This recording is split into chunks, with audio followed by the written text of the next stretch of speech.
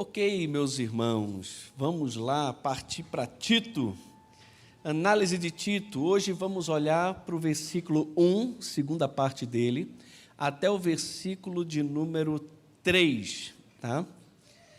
Tito 1b até o versículo de número 3. Eu não sei por que eu coloquei somente o versículo 1 aqui. Era para ter colocado o 2 e o 3. Mas a gente vai ler ele todo, tá bom? Então, já que não está o versículo todo aqui, vou colocar aqui para vocês lerem, tá? Quê? Agora facilitou. Será que vocês conseguem entender alguma coisa do que está aí? Não? Vamos lá. Paulus é o quê? Paulo, né? Olha como ficaria se a gente fosse ler o que está aí no grego, na forma como está.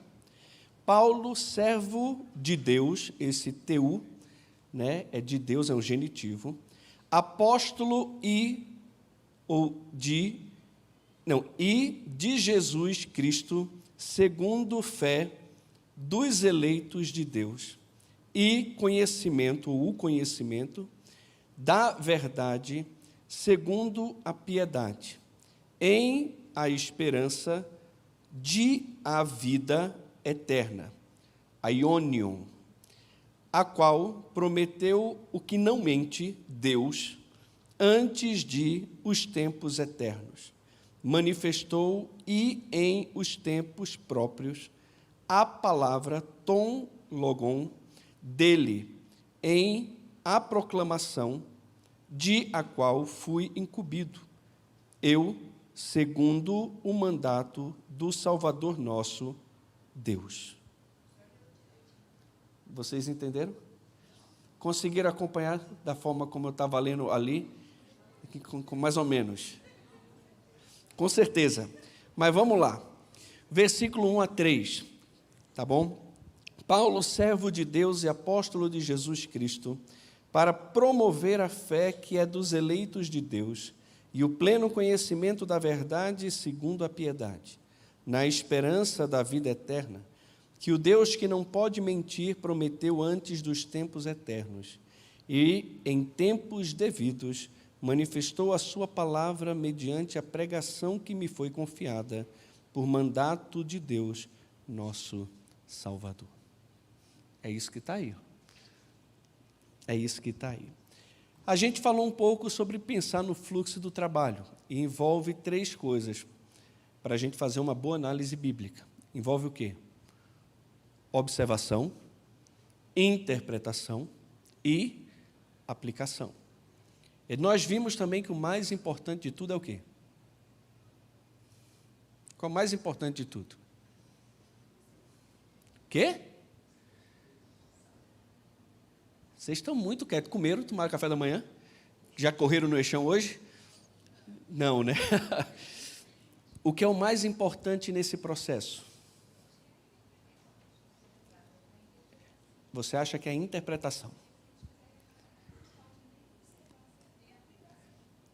Não seria o inverso? Como eu interpreto correto se eu não observo corretamente? Eu preciso observar muito bem. Interessante, vocês viram a forma do Enos trabalhar hoje o texto na devocional? Foi interessante, né? Eu gostei, não é porque ele está aqui não, mas foi bom. Ele já de cara estruturou o texto para a gente e isso o tornou mais fácil. Ele disse, olha, eu quero dividir o meu texto dessa forma e dessa forma. A partir disso, ele caminhou e a gente sabia para onde ele queria chegar. Ele queria mostrar que a primeira parte mostrava o homem na sua maldade, e a segunda parte, a partir do versículo 5 em diante, mostrava a bondade de Deus, a justiça de Deus, a benignidade de Deus. E ele foi trabalhando em cima disso. Outra coisa que foi muito interessante na devocional do Enos, que ele chamou de estudo, mas é um estudo devocional, porque todo estudo tem que nos levar a uma devoção a Deus. E toda pregação tem que levar também a uma devoção a Deus, que entra a aplicação. Mas veja que coisa interessante, porque uma vez que ele divide, fica mais fácil a nossa compreensão, e ele fez um link muito bom com o Novo Testamento apontando para Cristo. Porque toda mensagem tem que ser cristocêntrica, a mensagem da igreja é apontar para Jesus. E o Enos fez isso muito bem. A gente vê que ele é um cara também que gosta de memorizar versículo, né? Gostei disso aí, hein? Ganhou ponto. Então, a observação, meus irmãos, ela é fundamental. Observe errado, você vai interpretar errado, você vai aplicar errado, tá? O que podemos observar de importante no nosso texto? Abre o texto de novo, deixa ele aberto aí, olha para ele. O que é que você observa de importante nesse texto? Para observar, a gente tem que olhar para ele várias vezes. Para promover a fé que é dos eleitos de Deus, começa aqui, nesse para. E o pleno conhecimento da verdade segundo a piedade, na esperança da vida eterna que o Deus que não pode mentir, prometeu antes dos tempos eternos e em tempos devidos manifestou a sua palavra, mediante a pregação que me foi confiada, por mandato de Deus, o nosso Salvador. Olha para o versículo 1. O que é que você acha do versículo 1 aí? O que é que tem importante? Tem alguma coisa importante de cara ou não? Eu acho que a Gláucia fica ali atrás se mordendo assim, hein, Gláucia? Não fica não querendo. Ai. A gente vai estudando português com os meninos aqui no homeschooling, né? No Classical Conversation, e tem um eixo chamado Essentials, que eles trabalham toda a gramática, análise sintática e morfológica um ano inteiro. E, além de fazer isso, eles têm que também fazer toda a diagramação da estrutura da frase, né? Vai identificando tudo, o verbo, o sujeito, o artigo, tudo, predicado, objeto direto, indireto, tudo, eles vão analisando e vão diagramando. E isso é tão fantástico no processo de observação. Como o texto começa? Como? Gente, essa classe é participativa, tá? Se não, prepara um sermão, vem aqui e prego. Eu quero que vocês entendam o método de análise. Como o texto começa, que é importante para a gente? Não, a gente já passou essa fase. Paulo, servo de Deus, apóstolo de Cristo Jesus.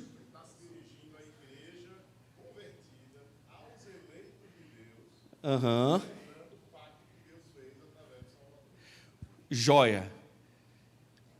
Mas vamos lá. Ainda antes disso, Lucas. Paulo, servo de Deus, apóstolo de Cristo Jesus. Esse para não é importante? Para é muito importante esse para aqui, gente. Ou não é? Claro que é.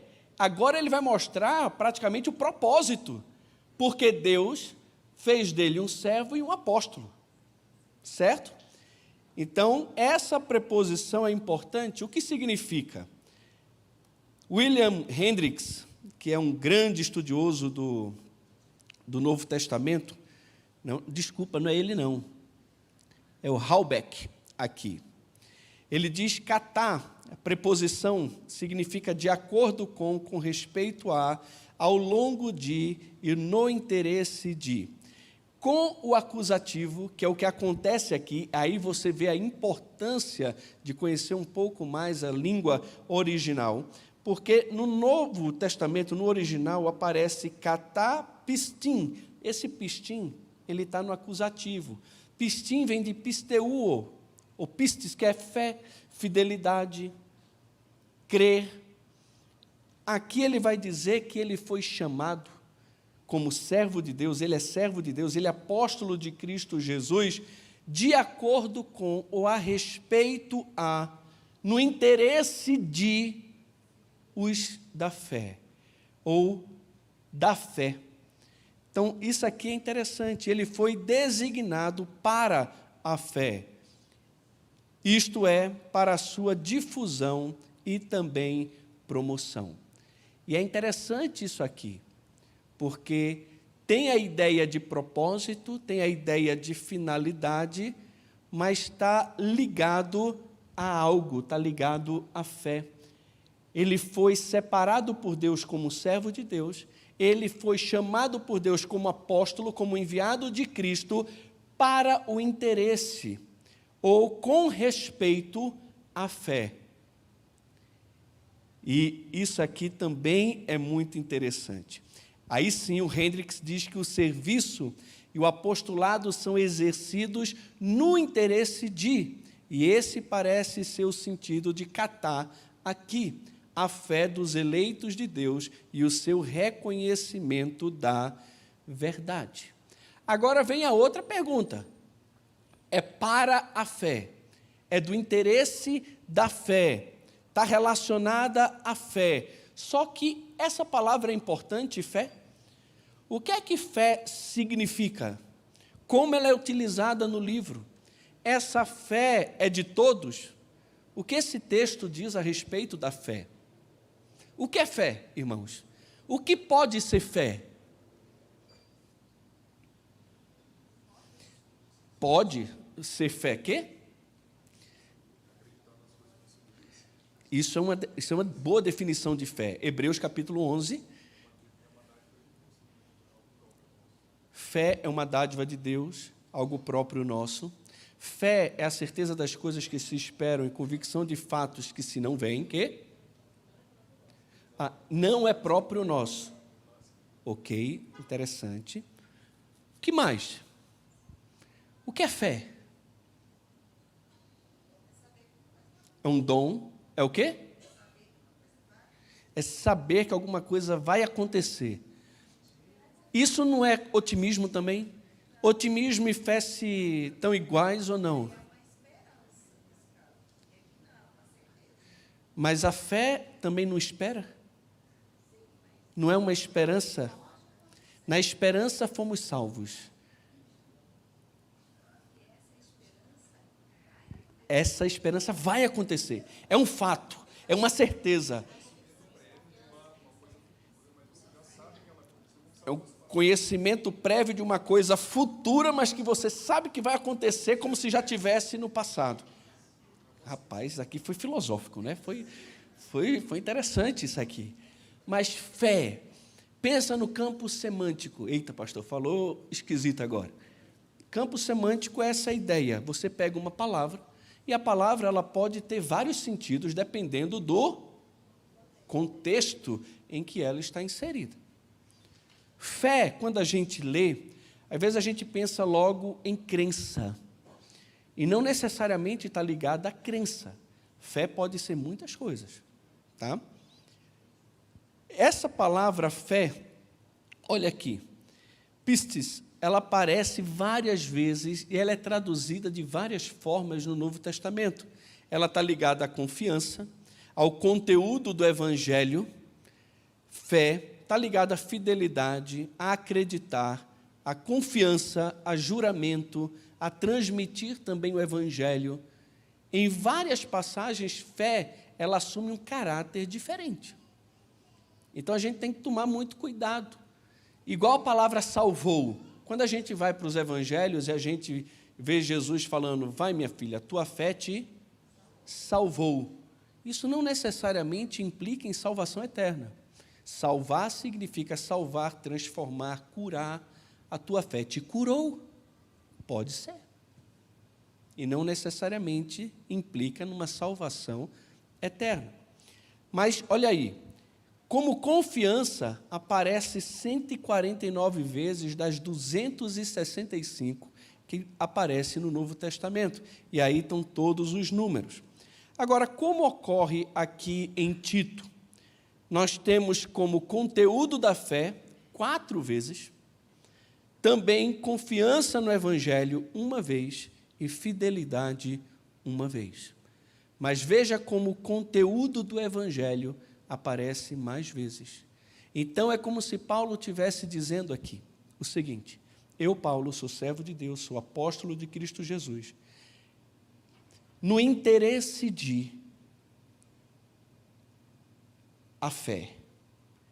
E aí, se fé é o conteúdo do Evangelho, é aquilo que está no Evangelho, Então, tem a ideia por trás de fazer, promover, proclamar, anunciar, tornar conhecido.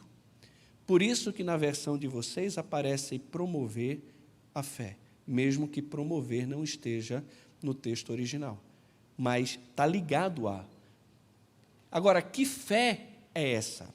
Pode ser fé, confiança em Cristo, pode ser fé, o conteúdo próprio do Evangelho.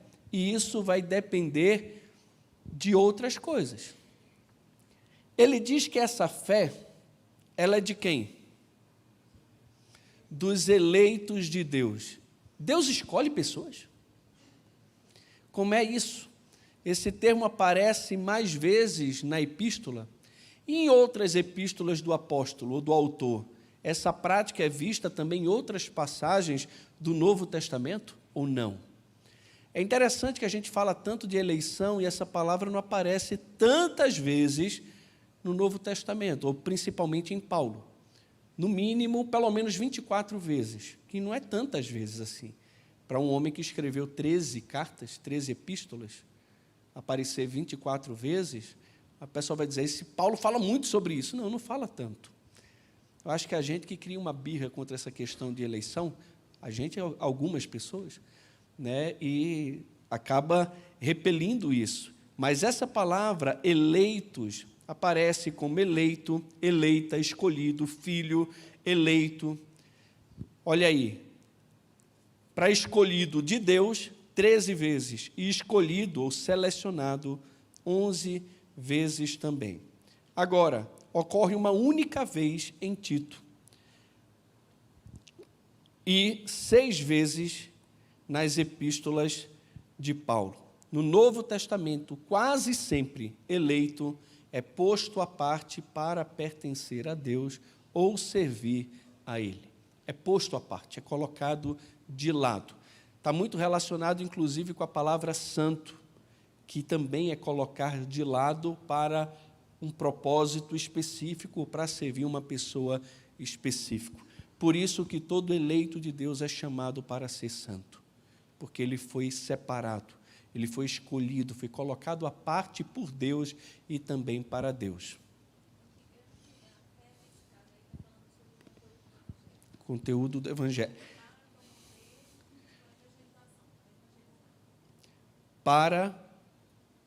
Em direção à fé, ou o conteúdo da fé, né, que é dos eleitos de Deus. E aí, Thalita, essa escolha dessa palavra, fé, ela vai vir da análise de uma outra partícula importante aqui do nosso texto, que eu quero que vocês me digam o que é, para a gente chegar a essa conclusão. O texto continua dizendo, e o pleno conhecimento da verdade. Então, Paulo, servo de Deus, apóstolo de Cristo Jesus, para a fé dos eleitos de Deus e o pleno conhecimento, interessante, cadê aqui?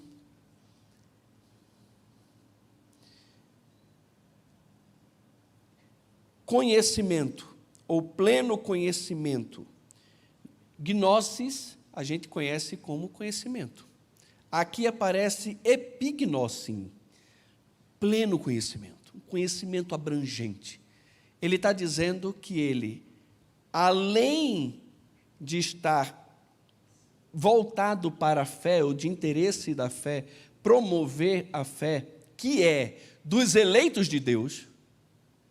Então, parece com isso que essa fé não é para todos, não é de todos, ela é dos eleitos de Deus, e o pleno conhecimento da verdade. Agora, como entender esse "e" aqui?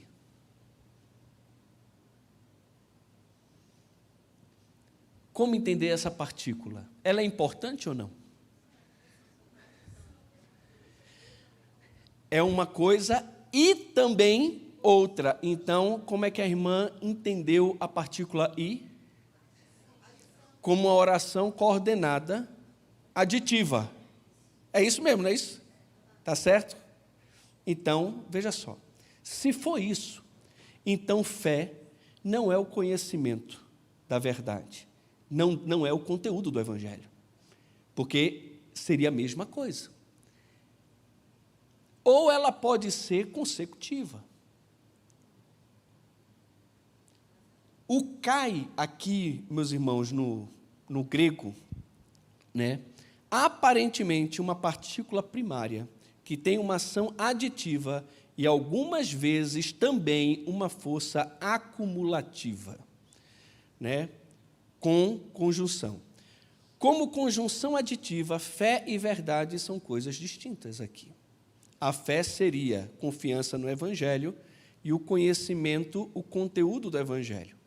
Como conjunção cumulativa, fé e conhecimento seriam a mesma coisa. É como se ele estivesse dizendo: eu fui salvo, sou servo de Deus, sou apóstolo, para a fé dos eleitos de Deus. Isto é, para dar pleno conhecimento, ou para promover o pleno conhecimento da verdade. E aí, a fé aqui está explicando, ou a verdade está explicando o conteúdo da fé que ele acabou de falar. Pegaram?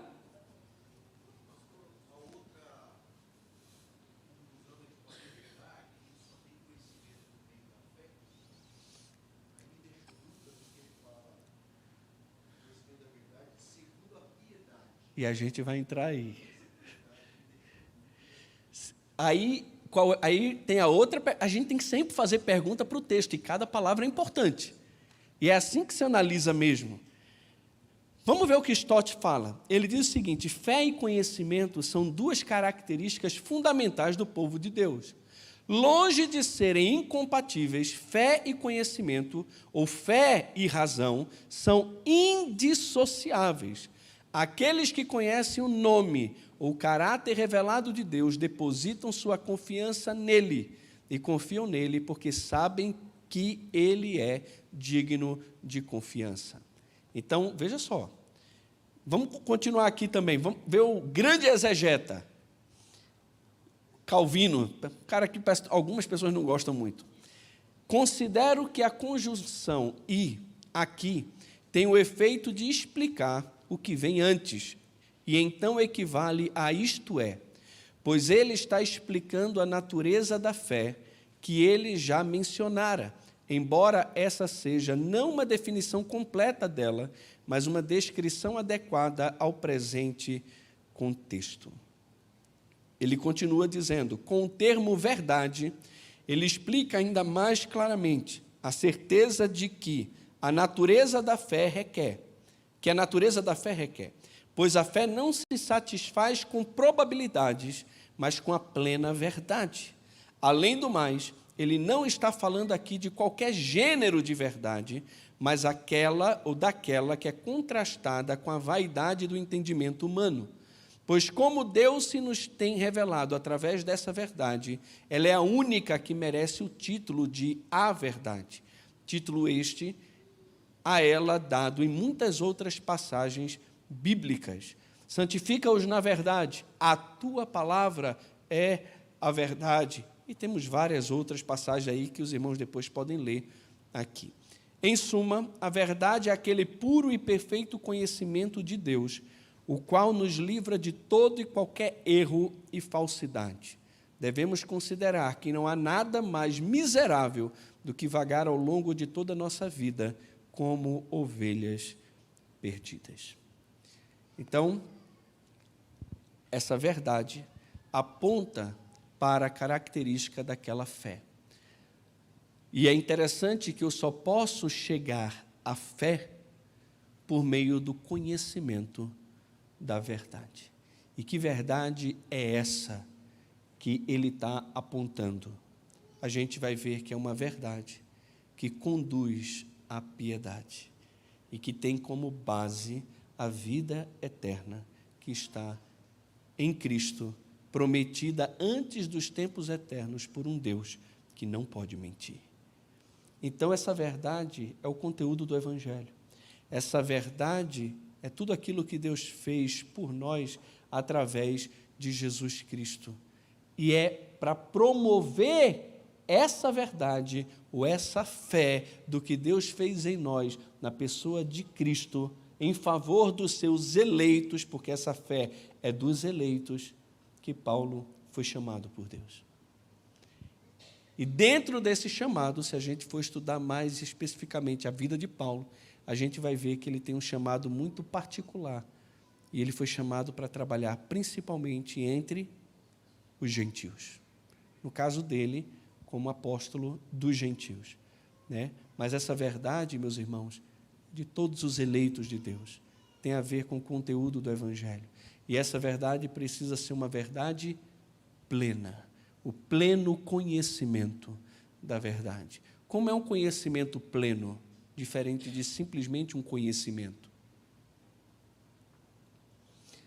Eu chego para... Pode falar, fala, Luiz. Poderia afirmar que o conhecimento da verdade provém da razão, e deveria fazer uma ressalva ao que você disse sobre razão, nesse sentido, que a razão humana é insuficiente para se chegar ao pleno conhecimento da verdade, que é pela fé que vem. A razão humana é insuficiente para chegar a esse pleno conhecimento da verdade. Mas, ao mesmo tempo, a razão, ela não sai de cena, porque é por meio da razão que Deus também trabalha nos conduzindo à fé. Entende? É interessante, porque assim, a gente tem que tomar um cuidado muito grande, né, para não desprezarmos completamente a razão e o conhecimento em detrimento da fé. Porque fé e razão, elas realmente andam juntas. Todos nós somos chamados, de acordo com Pedro, a darmos razão da esperança que existe dentro de nós. A fé também se explica pela razão. Agora, é claro que o homem natural, ele não consegue compreender as coisas de Deus, porque elas se discernem espiritualmente. O Espírito Santo, o grande catedrático, é ele que trabalha em nós, iluminando os nossos olhos para compreendermos a beleza de Deus, a beleza de Cristo, o conteúdo do Evangelho, e aí, uma vez agindo em nós, faz com que a gente experimente esse pleno conhecimento da verdade.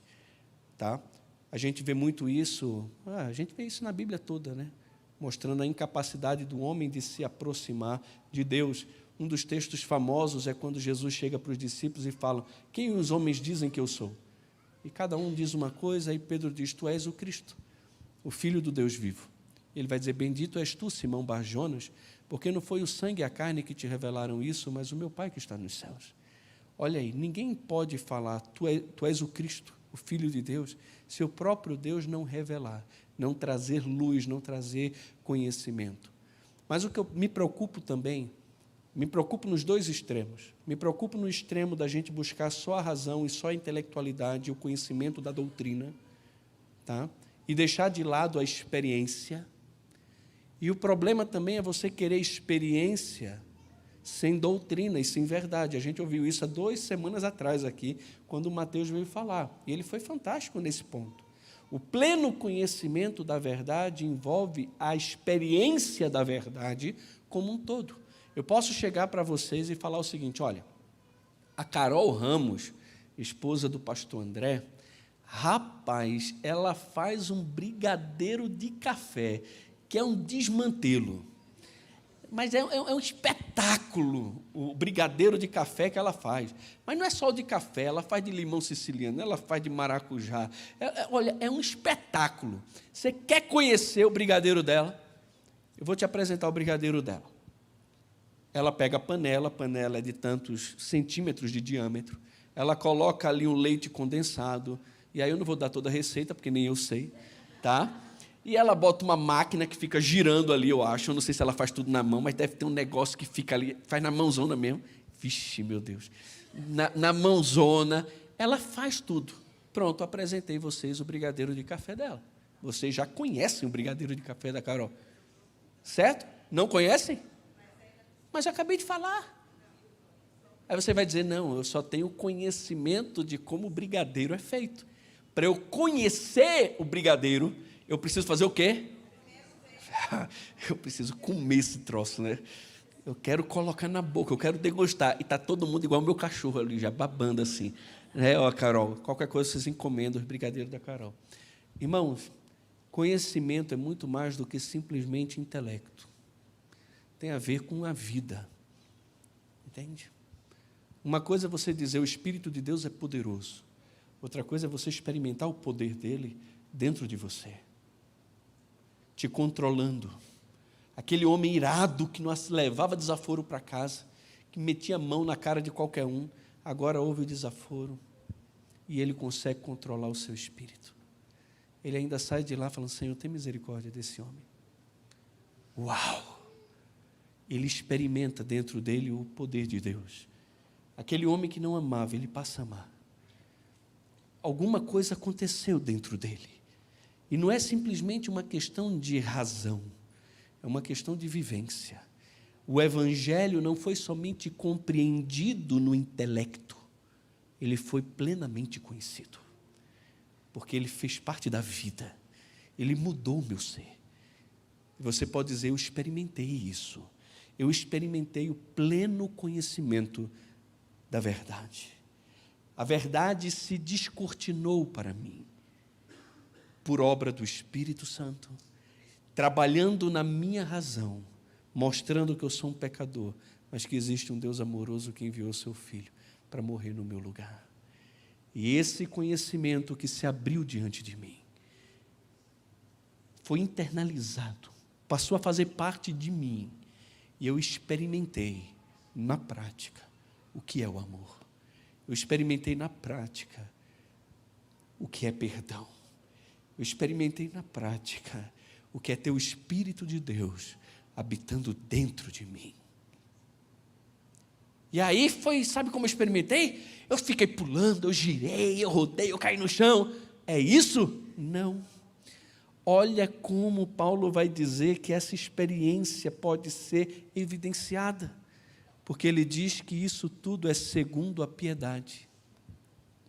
Como entender esse segundo? O que outras versões falam? No que essa declaração auxilia na nossa aplicação aos estudos?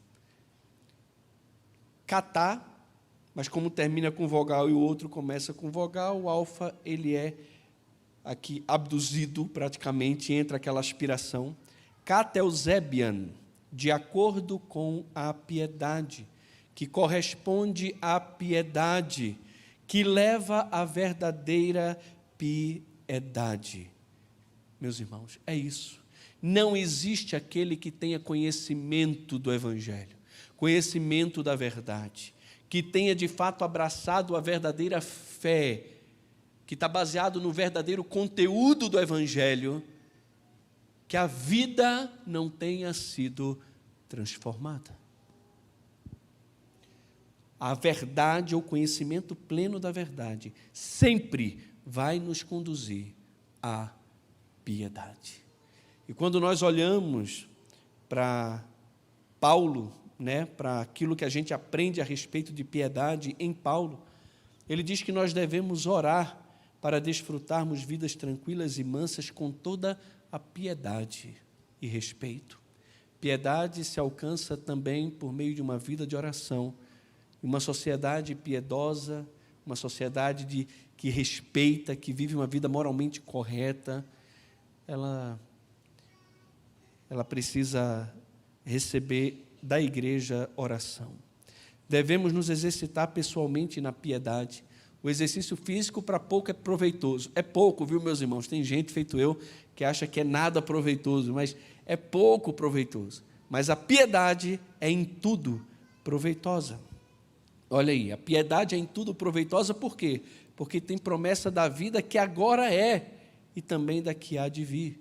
Quem vive em piedade, em reverência, em temor, em culto a Deus, conhecendo o verdadeiro Deus, essa pessoa tem a promessa da vida no presente. Pastor, o que é vida no presente? Toda vez que a gente fala de vida, a gente automaticamente tem a tendência de pensar em vida eterna. Jesus disse que veio para nos dar vida, e vida eterna, mas vida em abundância. Vida em abundância, irmãos, é vida plena, é vida que transborda. Você sente a vida de Deus em você? Às vezes eu vejo os crentes como galhos secos, pessoas sem vida, sem alegria, sem paz. O que é que está errado? A piedade tem promessa de vida que agora é. Existe uma vida agora, uma vida plena, abundante, uma vida repleta de alegria, de paz, de amor, de benignidade, de bondade. Quando a vida plena de Deus está em nós, então existe promessa de vida. Se habita em vocês o Espírito daquele que ressuscitou a Cristo Jesus dentre os mortos, esse mesmo que ressuscitou a Cristo Jesus dentre os mortos, vivificará também o vosso corpo mortal, por meio do seu Espírito que em vós habita. Isso fala de uma ressurreição escatológica, sem dúvida alguma, mas isso também fala de uma vivificação por meio do Espírito na vida daquele que crê, na vida daquele que tem o Espírito, na vida daquele que agora pode se voltar para as coisas do Espírito e não mais para as coisas da carne. O seu penhor não é mais para a carne, onde traz morte, mas o seu penhor agora é para as coisas do Espírito, e ele desfruta de vida e de paz. Que coisa extraordinária. A piedade com contentamento é grande fonte de lucro. A pessoa mais rica do mundo é aquela que é contente e piedosa. É interessante também que a piedade traz o contentamento, e o contentamento faz do homem mais simples um homem mais rico do que o homem mais rico, que é infeliz, insatisfeito, murmurador, que às vezes está pensando em dar um tiro na cabeça, porque apesar de ter tudo, é vazio, não tem vida. O homem de Deus deve seguir a piedade, e devemos fugir dos que têm aparência de piedade, mas negam o poder de Deus, o Evangelho. Então, cuidado. Hendricks diz que, segundo a piedade, ou seja, se concretiza com o fim de fomentar ou promover a confiança dos escolhidos de Deus nele, bem como seu alegre reconhecimento ou confissão da verdade redentora que se centra nele. Verdade essa que, em agudo contraste com as extravagâncias dos falsos mestres, concorda com, ou aqui também, é no interesse de, ou promove a piedade. É a mesma palavra lá do versículo 1. Paulo, para a fé, o de acordo com a fé, o que promove a fé, aqui também concorda com ou promove a piedade, a vida de virtude cristã, o espírito de verdadeira consagração.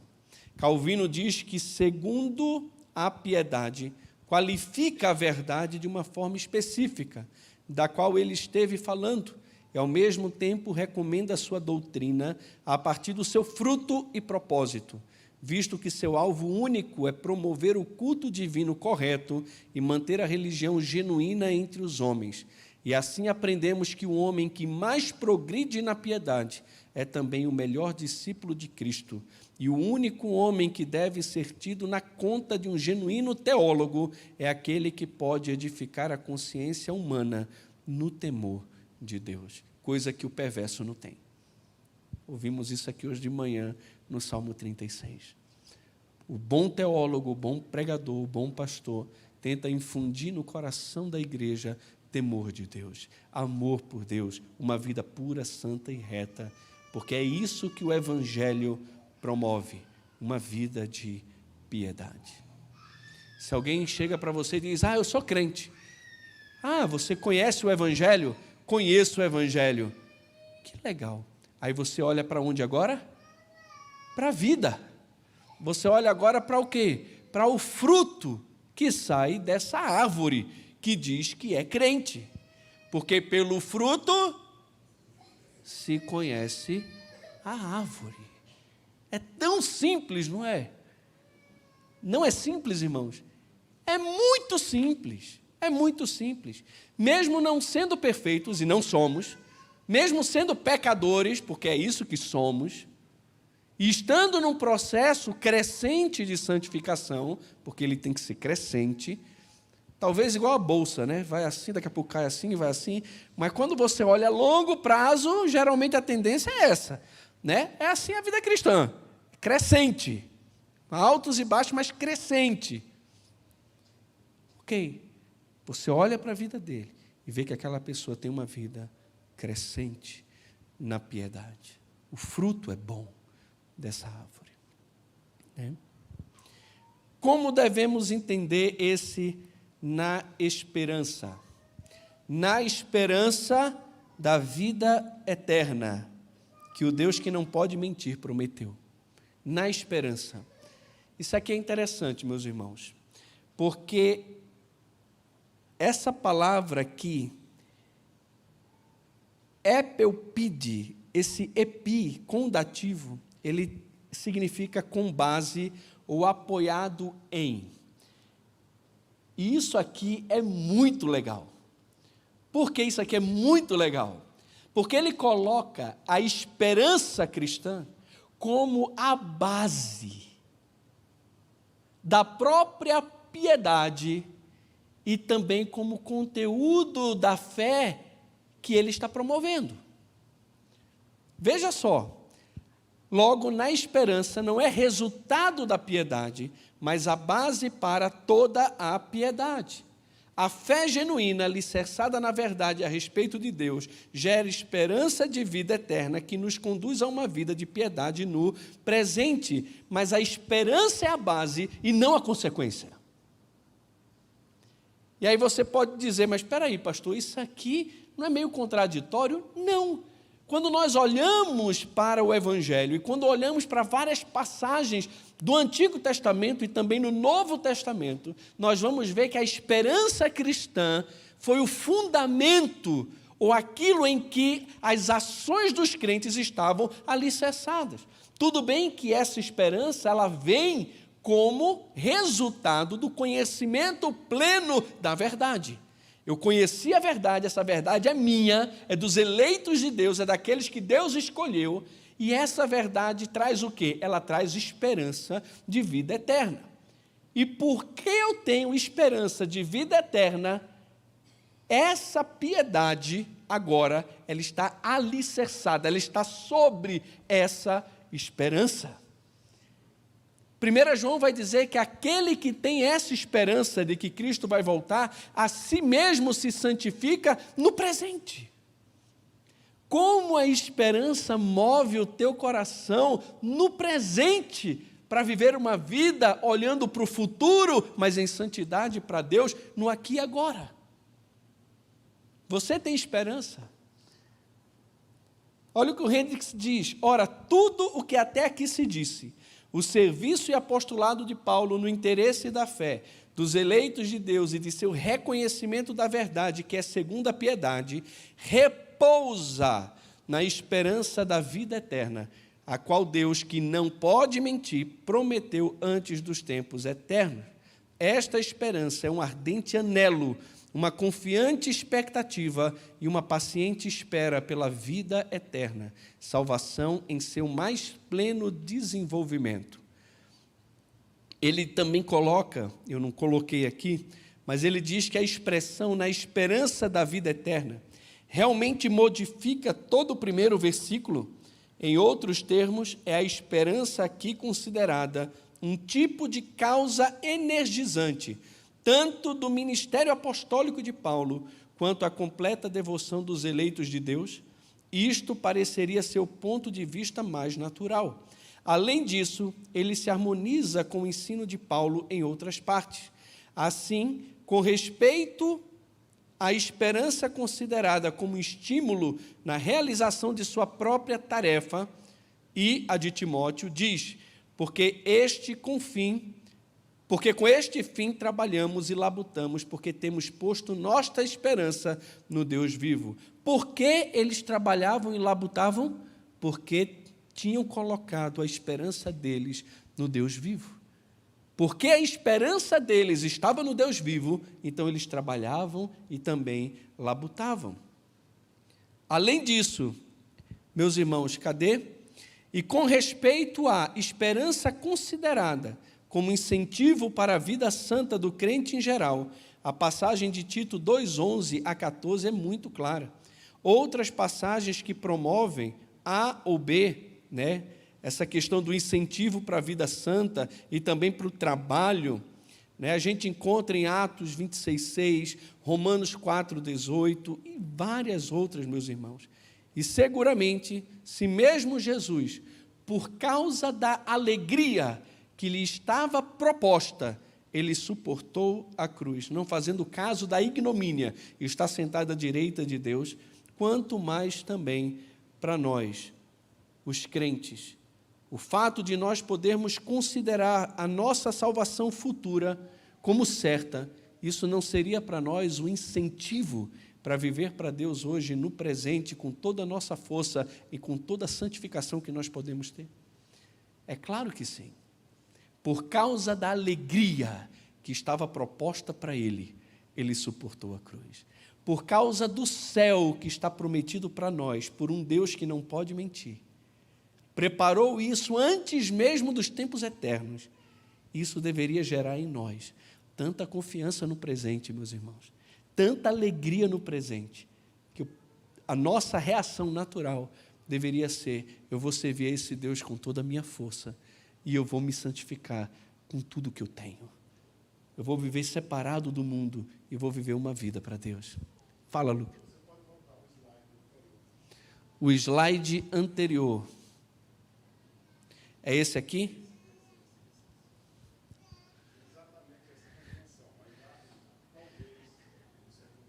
Ok.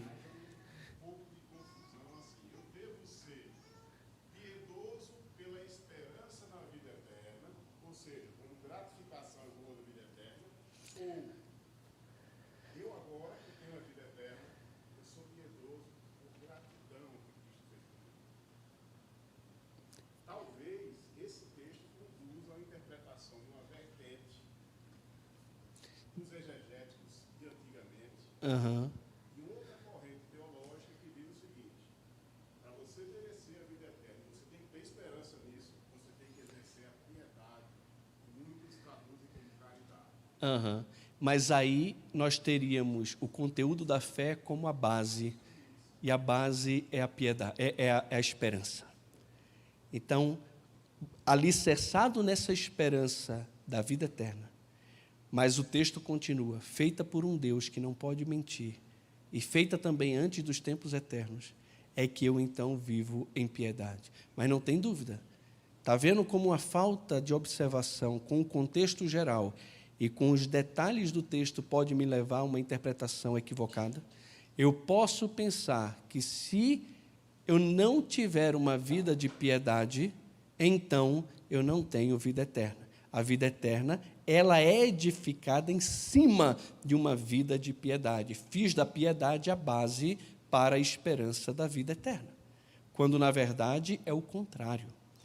É a esperança da vida eterna que é a base que me conduz, que me impele, que me impulsiona, que me motiva a viver em santidade, em piedade e em completa dedicação a Deus. Perfeita essa observação. Muito boa mesmo, né?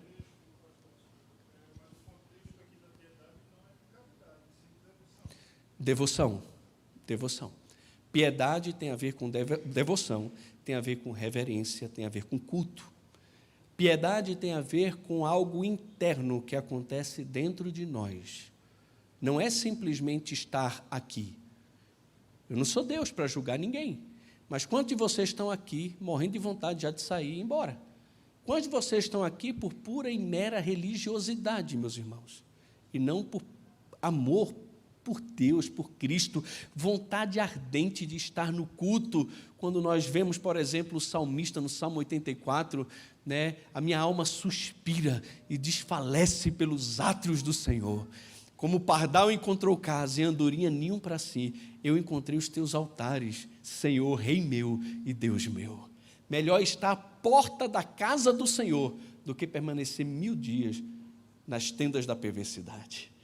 Eu prefiro estar à porta, nem na casa, mas na porta da casa do Senhor, do que 1000 dias nas tendas da perversidade. Eu tenho alegria nos átrios do Senhor, eu tenho alegria na palavra do Senhor, eu tenho alegria no Senhor, no povo do Senhor. Entende?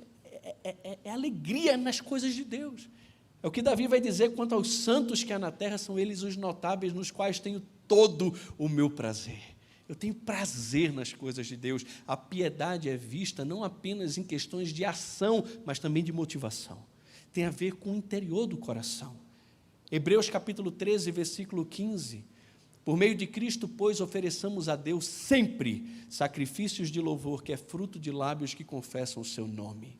Veja só, o culto é sempre, o culto é a Deus, o culto é por meio de Jesus, o culto é fruto de lábios que confessam o nome dele. Quem crê em Jesus, confessa Jesus, o fruto dessa confissão, dessa crença, é sacrifícios de louvor, sempre, sempre dado a Deus por intermédio de Jesus. Mas é fruto, é uma consequência natural de uma transformação interna que aconteceu na nossa vida, que tem como base a esperança, meus irmãos.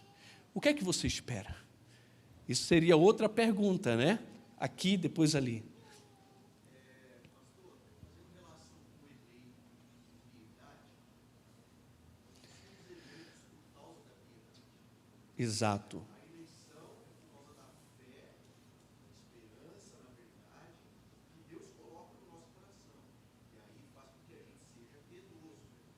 Então, a dúvida do irmão, acredito que ela se... não cabe a questão, né, de que é por causa da piedade que seremos salvos. Não. A salvação já é dos eleitos de Deus. O mérito da salvação não é a nossa piedade, mas é o que Cristo fez por nós. Amém, amém. Por isso que eu não fico com dúvida, né? Quando eu chego Ele nos elege pelo que Cristo fez, coloca esperança no nosso coração, e aí nós somos piedosos. Isso aí. Tira o peso da nossa cabeça, da nossa vida, de que temos que ser piedosos para ter a salvação. Isso. E vê que paradigma extraordinário, meus irmãos. E você sabe disso na prática. Você sabe disso na prática. Vou passar para você, Salles, tá? Vê que paradigma extraordinário. Nós temos o quê? Nós temos a lei que diz para a gente fazer alguma coisa. E quem aqui já foi salvo, santificado por causa da lei? Ninguém, meus irmãos.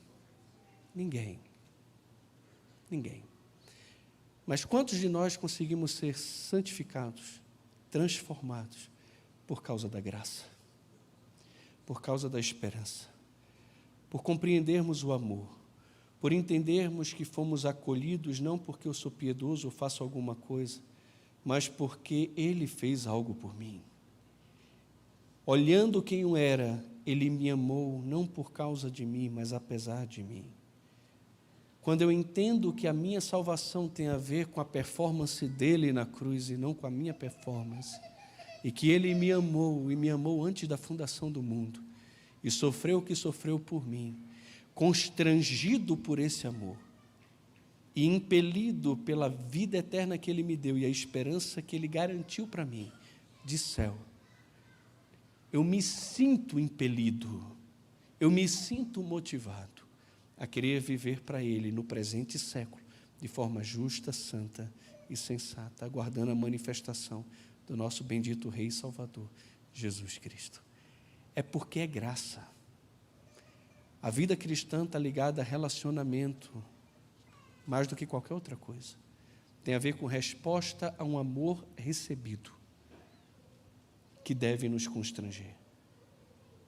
Quantos aqui já fizeram muitas coisas por constrangimento?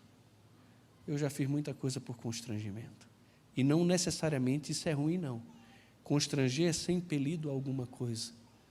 O amor de Cristo nos constrange, Ele nos impele, Ele nos impulsiona a fazer aquilo para Ele.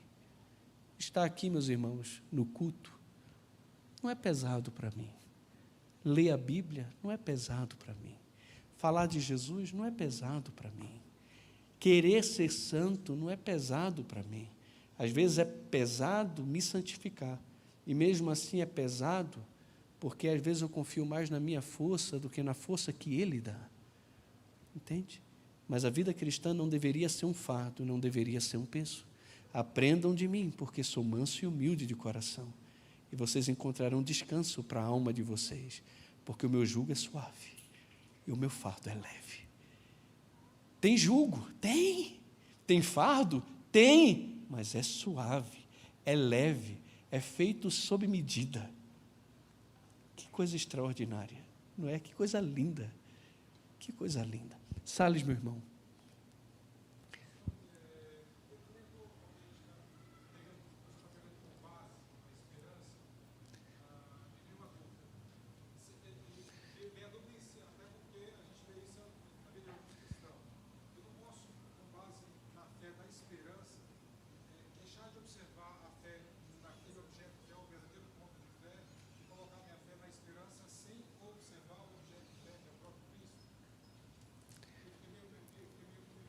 Entendi. Minha base é a esperança.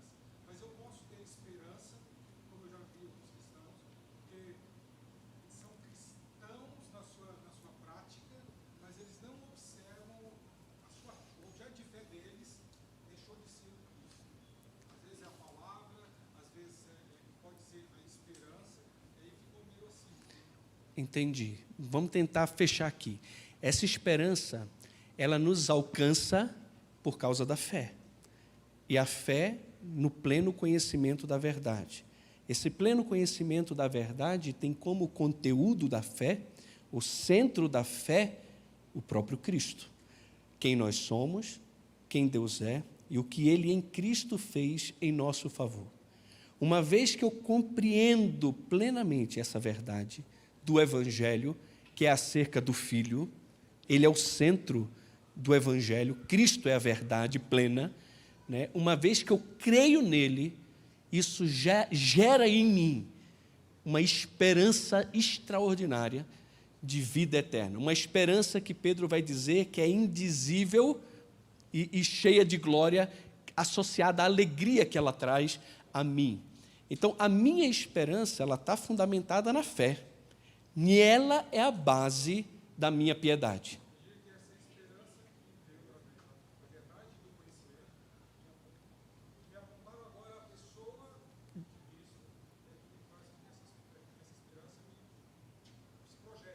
É isso aí. A fé me traz a esperança. E a esperança é a base da piedade. Entendeu? É no sentido de que... E eu espero o quê? O que é que eu espero? Aí o pessoal vai dizer que o melhor de Deus já veio. Tem umas coisas assim complicadas, né? O melhor de Deus ainda está por vir. Aí você fica assim, mas o melhor de Deus não já veio?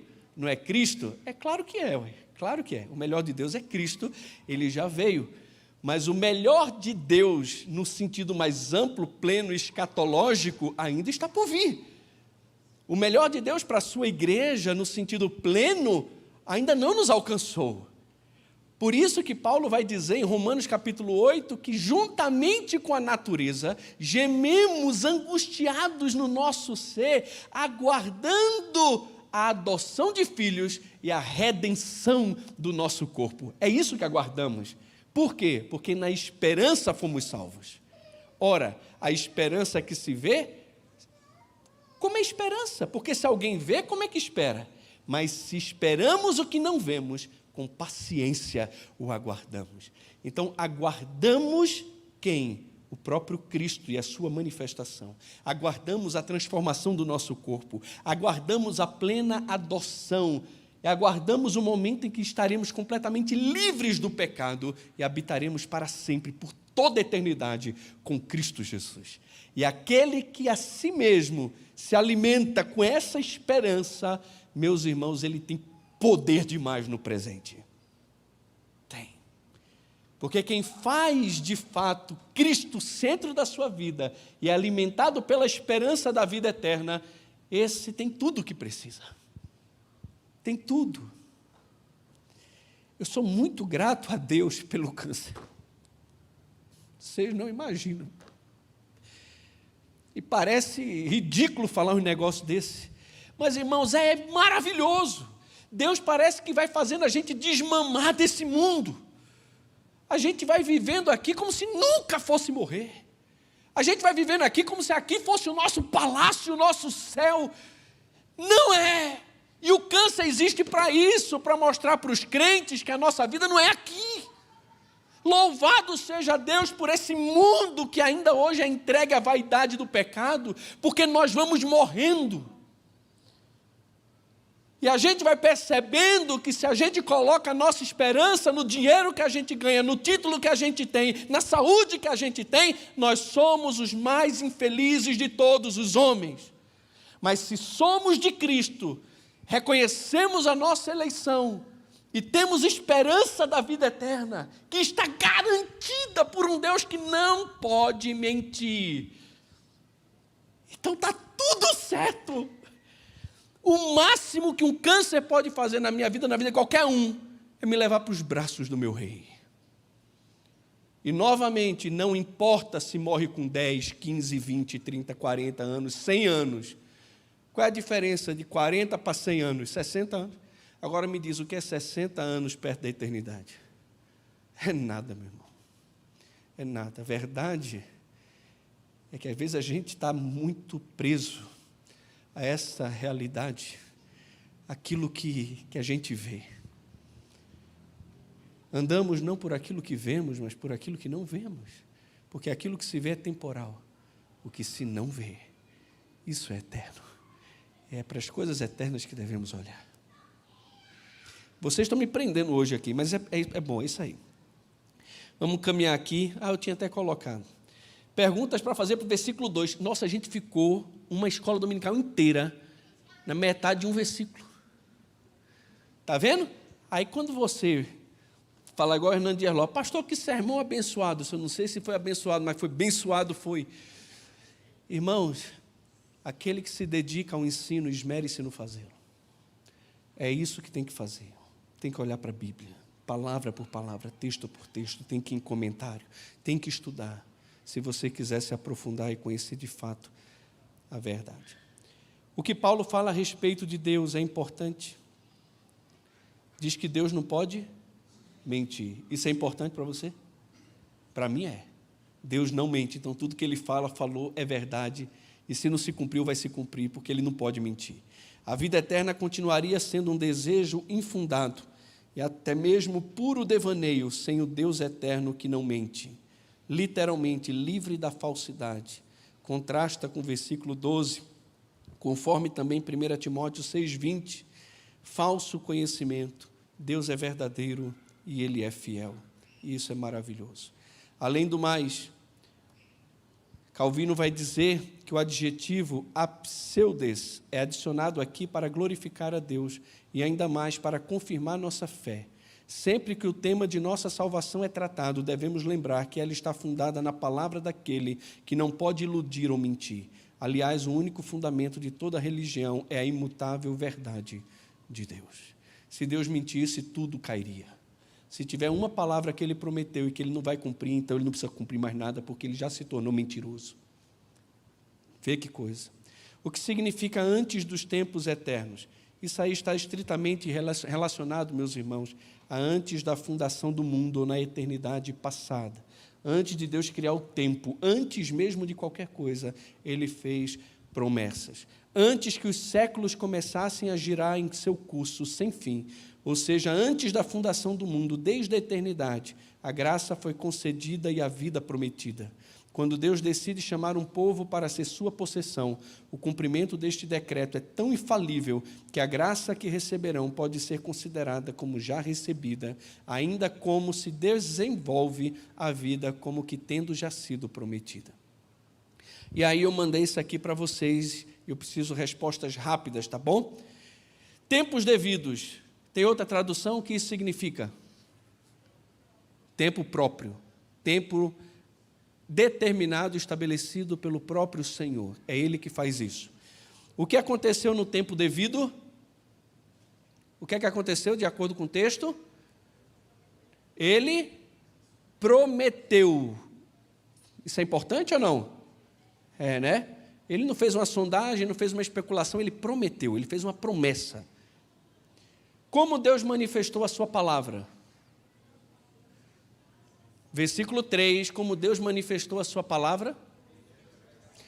Mediante a pregação. Como ainda hoje Deus quer manifestar a sua palavra? Mediante a pregação. Aprove Deus salvar os homens pela loucura da pregação. Abra a boca e pregue. Pastor, mas eu prego com a minha vida. Amém, aleluia e amém. Ela abre muitas portas para você ter que abrir a boca e falar. Você tem que falar. Pastor, eu educo meus filhos somente com exemplo. Que história. Deixa de história. Tu fala toda hora. Não faz isso, menino. Não faz isso. Vai fazer isso. Vai. Você está o tempo inteiro pregando. Você está o tempo inteiro falando. Você não ensina somente com exemplo. Você ensina muito com exemplo. Mas o exemplo abre portas para que o ensino, a pregação, alcance aquele coração. Mas tem que pregar, tem que falar. Como Paulo entendia o seu ministério de pregação? Como mandato de Deus. Não foi, Paulo, se puder, cara, vê se... Não, tem isso não. Quem foi mais ou menos assim? Moisés, né? Moisés não foi mais ou menos assim? Ô Moisés, vai lá e diz o povo isso. Ah, Senhor, deixa eu te falar, eu sou pesado de língua. Ah, Deus, não vão acreditar na minha palavra. Manda outro menos eu. Cala a tua boca, pega o teu cajado e vai. Não teve opção não, meu irmão. Quem outro pregou para o mandato de Deus? Jonas. Eu não vou para lá, eu vou para outro canto. Foi lá para outro canto, caiu na boca do peixe. É tu, eu poderia usar qualquer outro, eu quero usar você, é você que vai. E não tem esse negócio não. E fique quieto, obedeça. E ele foi, pregou de qualquer jeito. De qualquer jeito. Não estava nem aí, queria mais que todo mundo morresse. Essa é a verdade. E no final o que é que acontece? A cidade toda se arrepende, chora, pede perdão e Deus perdoa. Que coisa extraordinária. O que podemos aprender de Deus do versículo 1 ao versículo 3? Fala aí para mim, rapidão. Mas, gente, vamos? Rapidão, vocês já receberam isso aí durante a semana. Deus, o quê? Deus não mente, Ele é verdadeiro. Qual é o outro? Deus é eterno, porque se antes dos tempos eternos Ele prometeu, então Ele é eterno. Excelente. O que mais aprendemos de Deus? Soberano, por quê? Ele dá a fé para os eleitos, Ele escolhe, Ele faz. Outra coisa, versículo 1, Paulo, servo de Deus. Se Deus tem servo, Ele é Senhor. Que legal, vocês estão indo bem. Tem mais alguma coisa a respeito de Deus aqui?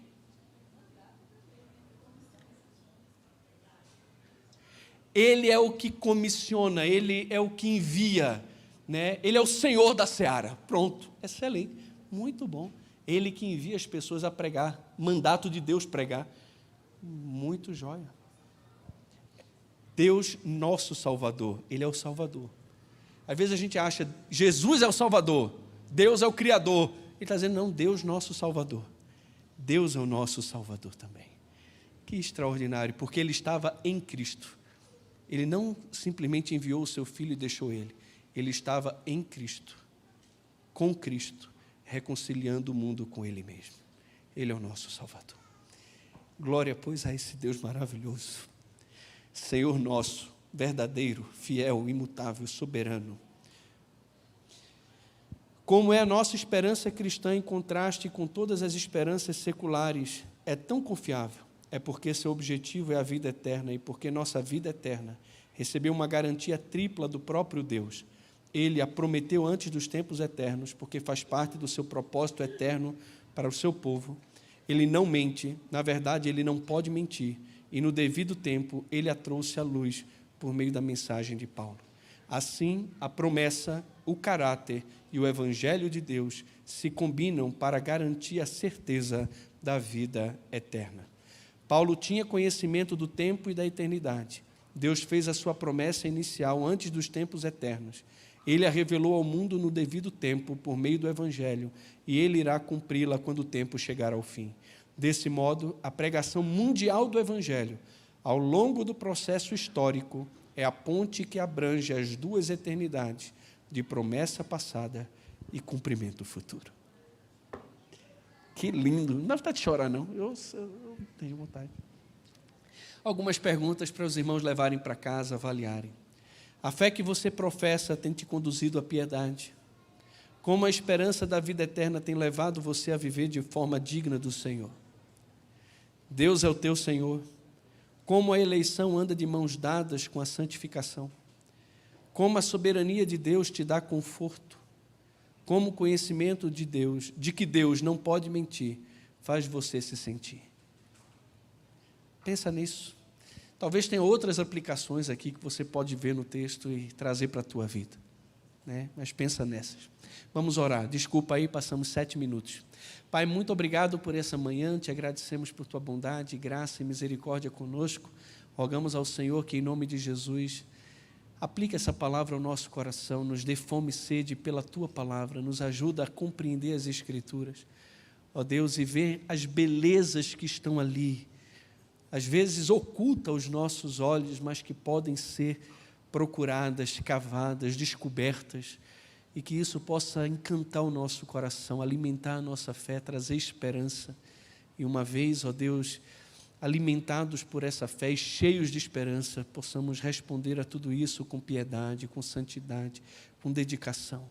Louvado e exaltado seja o teu nome, porque a nossa salvação está alicerçada no teu caráter, na tua soberania, e não na nossa performance. Abençoe, Pai, a tua igreja, abençoe o teu povo, faz de nós, ó Deus, uma igreja santa, piedosa, uma igreja que prega a tua palavra, que liga a promessa da eternidade passada com as promessas das bênçãos vindouras. Que o Senhor nos abençoe e nos use para o louvor da tua glória. No nome de Jesus que oramos. Amém, Pai. Deus abençoe, meus irmãos, até à tarde, para aqueles que estão na classe de doutrina, ou também nas salas da tarde da EBD, e o culto das 6h30.